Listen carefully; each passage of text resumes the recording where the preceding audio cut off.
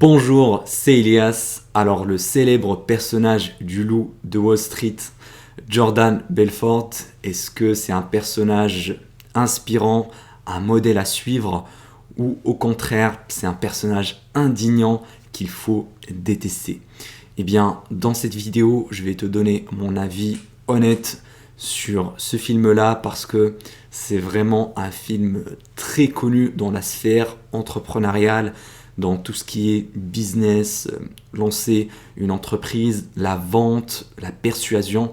Donc j'ai décidé aujourd'hui de te donner mon avis dessus parce que je l'ai vu plusieurs fois et à chaque fois j'apprends de nouvelles choses. Donc petite parenthèse, je suis en costard cravate, c'est pas pour lui ressembler, d'accord? C'est juste parce que j'ai un rendez-vous prospect juste après. Et juste avant de commencer, je vais te prévenir, peut-être je vais spoiler quelques parties du film. Donc si tu as envie de le découvrir par toi-même, eh ben, je t'invite d'aller le voir et puis tu reviens après à cette vidéo. Alors je vais commencer d'abord par les choses que j'ai adorées dans ce personnage, que j'ai aimé dans le film. Dans une première partie et dans la seconde partie de la vidéo, je vais te parler des choses que j'ai pas du tout aimées. Et donc voilà, on commence avec les points positifs. Et donc la première chose, c'est que c'est un personnage qui est très inspirant dans la vente parce qu'il est vraiment très compétent dans la vente, la persuasion, le closing. C'est pour ça, c'est un vrai modèle pour certains qui le voient comme un héros dans la vente parce qu'il peut vendre n'importe quoi à n'importe qui. D'ailleurs, on le voit dans plusieurs scènes en train de coacher, de former son équipe de vendeurs. Il était en train également de vendre des actions pourries à plusieurs dizaines ou centaines de milliers de dollars au téléphone, alors qu'il parlait à des totales inconnus. Donc sa compétence dans la persuasion, elle est vraiment captivante. C'est la chose la plus positive dans le film. Et puis également, comme c'est joué par Leonardo DiCaprio, c'est un des meilleurs acteurs au monde. Donc il s'est vraiment bien imprégné du personnage. Il sait très bien comment utiliser les bons mots pour convaincre, ainsi que la bonne tonalité de voix. Moi, c'est la chose qui m'a le plus choqué, c'est comment il utilise sa tonalité de voix pour convaincre, pour closer plus facilement. Parce que dans la vente, le plus important, c'est pas ce que tu dis, mais la façon dont tu le dis et ta tonalité de voix. Là, je te donne un exemple. Nos services coûtent 2000 € par mois si vous passez à l'action maintenant. Deuxième façon de le dire, nos services, ça coûte seulement 2000 € par mois si vous passez à l'action maintenant. Donc, dans les deux cas, j'ai dit la même phrase, mais dans le deuxième discours, c'était plus convaincant parce que la tonalité de voix était bien présente. Alors que dans le premier discours, c'était trop chiant, c'était vraiment trop monotone et vraiment la voix joue un grand rôle. Si par exemple tu essaies de vendre une prestation de service et que tu as un temps qui est trop chiant, trop monotone ou bien un temps qui est hésitant, qui dégage de la peur, eh ben, tu vas avoir beaucoup moins de chances de closer que si tu avais une tonalité qui est convaincante de toi-même. Et voilà, ça va beaucoup plus rassurer ton prospect et il va plus signer à la fin. Et ça, c'est une très belle leçon qu'on peut tirer du film. Il y a également de très bonnes leçons de vente. Par exemple, la scène « Vendez-moi ce stylo » dans laquelle il essaye de former les gens à comment vendre des choses. Et quand on parle du stylo, la première chose que les gens vont parler, c'est du stylo en lui-même, des caractéristiques. Regardez, il a telle qualité, il est fabriqué en Suisse, il te permet de faire machin. Alors qu'il ne faut pas voir les caractéristiques, mais il faut plutôt vendre le résultat final. Parce que les gens, ils n'achètent pas l'outil, ils achètent le résultat. Je pense que tu connais la phrase, les gens n'achètent pas une perceuse, mais ils achètent un trou dans le mur. Donc c'est ça le cas pour toutes les ventes. Si tu veux vendre une prestation de service par exemple, n'essaie pas de vendre l'aspect technique, on va te faire ci, on va te faire ça, contrairement aux concurrents qui font ça, machin. Il faut juste vendre le résultat. Avec notre service, tu vas gagner tant d'argent, tu vas gagner tant de prospects parce que ton client potentiel, c'est ça qu'il veut entendre. Il veut voir les résultats et il s'en fout des outils, que ce soit par exemple avec du Facebook Ads, du référencement, du Google Ads. On s'en fout. L'important, c'est le résultat derrière. Donc, il faut toujours vendre la transformation ou bien le résultat et pas l'outil en question. La deuxième chose que j'ai appréciée dans le personnage du loup de Wall Street, c'est son ambition et son esprit entrepreneurial. Parce qu'il a commencé comme un courtier chez une société et il a commencé à gagner énormément d'argent grâce à ses compétences en vente, mais il aurait pu rester là et travailler pour quelqu'un d'autre et même devenir millionnaire en étant courtier dans une grosse boîte. Mais il a fait le choix de prendre des risques, de quitter son job et de créer sa propre boîte, sa propre société de courtage boursier. Et il a embauché des gens, il a recruté, il a formé les gens, donc il est sorti de sa zone de confort. Vraiment, ça montre son ambition. D'ailleurs, il a une super bonne énergie. Il a une énergie très motivante qu'il véhicule. Il motive ses troupes, il motive ses salariés pour s'améliorer. Et ça, c'est un point également positif. Ça t'inspire en tant qu'entrepreneur lorsque tu regardes ce film. Et d'ailleurs, je pense que c'est pour ça que c'est un film qui est aussi mythique, parce que c'est vraiment très inspirant. Ça montre la vie de rêve, avec un yacht, une Ferrari, une belle femme, une belle maison à plusieurs centaines de millions de dollars. Donc c'est quelque chose qui motive la plupart des gens qui l'ont regardé. Et ça, on ne peut pas leur enlever. C'est un très bon film à ce niveau-là. En plus, Leonardo DiCaprio, il sait très bien jouer le rôle. Par contre, il y a certains points que j'ai pas aimé dans le film et c'est contre mes valeurs.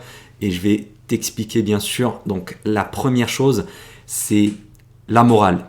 Ce mec-là n'avait aucune morale. Il vendait de la merde pour gagner un maximum d'argent. Et il n'avait aucun mal avec le fait d'arnaquer des investisseurs parce que en gros, il vendait des actions fictives ou bien des actions de certaines petites sociétés qui n'ont aucune valeur à plusieurs millions de dollars juste en miroitant du rêve aux investisseurs en leur disant voilà, c'est des petites actions maintenant mais ça va monter dans le futur, alors qu'il sait pertinemment que c'est de la merde. Donc à ce point-là, c'était pas très moral à ce niveau-là parce qu'il voulait juste gagner un maximum d'argent et il s'en foutait carrément de ses clients, de ses investisseurs. L'important pour lui, c'est de gagner un maximum d'argent pour le dépenser après dans des trucs de malade pour mener un train de vie de fou furieux. Et justement, c'est la deuxième chose que j'ai pas kiffé dans le film, c'est que ça montre que avoir un lifestyle exagéré comme ça, c'est la vie de rêve, alors que c'est pas tout à fait la vérité, parce que des plaisirs hédoniques comme acheter une belle voiture, une belle maison, sortir avec plein de filles, c'est pas ça qui va vraiment te rendre heureux, parce que ton corps va s'habituer, ton cerveau va s'habituer à ces plaisirs-là. Donc la poursuite du plaisir au quotidien, de ces biens matériels, vraiment d'être quelqu'un d'hyper matérialiste qui veut juste acheter le plus gros bateau, le plus gros avion, la plus belle voiture au monde, c'est pas ça qui va te rendre heureux. Donc j'étais pas d'accord avec ce point-là au niveau du bonheur et du matérialisme du personnage qui est vraiment poussé à l'extrême. Je crois qu'il avait acheté un yacht à plus de 100 millions de dollars avec un hélicoptère et voilà, tout ça c'est des trucs de dingue. Et je pense pas que quand on démarre une entreprise ou quand on veut devenir libre, qu'on a pour objectif de se payer ce genre de folie. Et du coup, j'ai pas aimé ce côté hyper matérialiste du personnage. Il a beau gagner 5 000, 10 millions de dollars par mois, le mec qui dépensait toute sa thune, tout son fric sans aucun problème, quoi. Il n'a même pas économisé de l'argent pour l'investir ou quoi que ce soit. Il a quasiment zéro intelligence financière. Voilà, tout l'argent qu'il gagne, il le claque directement sans réfléchir. Et ça, c'est un comportement de taré, quoi. Dans quelques années, il va le regretter. D'ailleurs, ça finit très très mal pour lui à la fin du film. À force d'arnaquer des gens, il s'est fait rattraper par les autorités, ce qui est tout à fait normal parce qu'une arnaque, ça marche jamais sur le long terme. Oui, tu peux gagner de l'argent pendant quelques mois, voire quelques années, mais au bout d'un moment, tu vas te faire griller et tu vas aller en tôle. Troisième point que j'ai détesté dans le personnage, et c'était vraiment pas du tout inspirant, c'est son hygiène de vie dégueulasse. C'est-à-dire le mec, même s'il est riche, il aurait pu se payer les meilleurs chefs cuistots pour lui faire de la bonne bouffe et se consacrer à faire du sport, à améliorer sa santé. Mais le mec, il fait totalement le contraire, c'est-à-dire il boit de l'alcool, il se drogue, voilà, il prend des shoots de cocaïne, de plein de types de drogues différentes. Vraiment, il avait une pharmacie. Il se droguait matin, midi, soir, tous les jours. Alors sur le court terme, la drogue, ça augmente son intelligence, son énergie, mais il est en train de se faire niquer sa santé sur le long terme.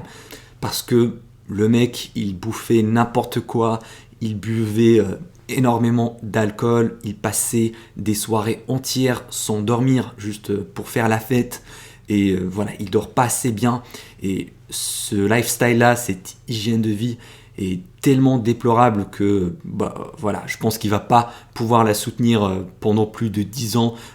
Voilà, apparemment à 60 ans, 50 ans, il sera déjà mort, même avant ça, parce que son corps va pas supporter tous ces abus. Et la meilleure morale que j'ai trouvée dans ce film, c'est qu'il faut toujours penser long terme et pas court terme. Parce que quand je fais une réflexion à propos du personnage du loup de Wall Street, je remarque que c'est un personnage qui est trop concentré sur le court terme. Il veut juste gagner un maximum d'argent le plus rapidement possible. C'est pour ça qu'il a monté une arnaque pour gagner de l'argent, mais à la fin, il s'est fait choper par la police. Donc ça finit jamais bien sur le long terme.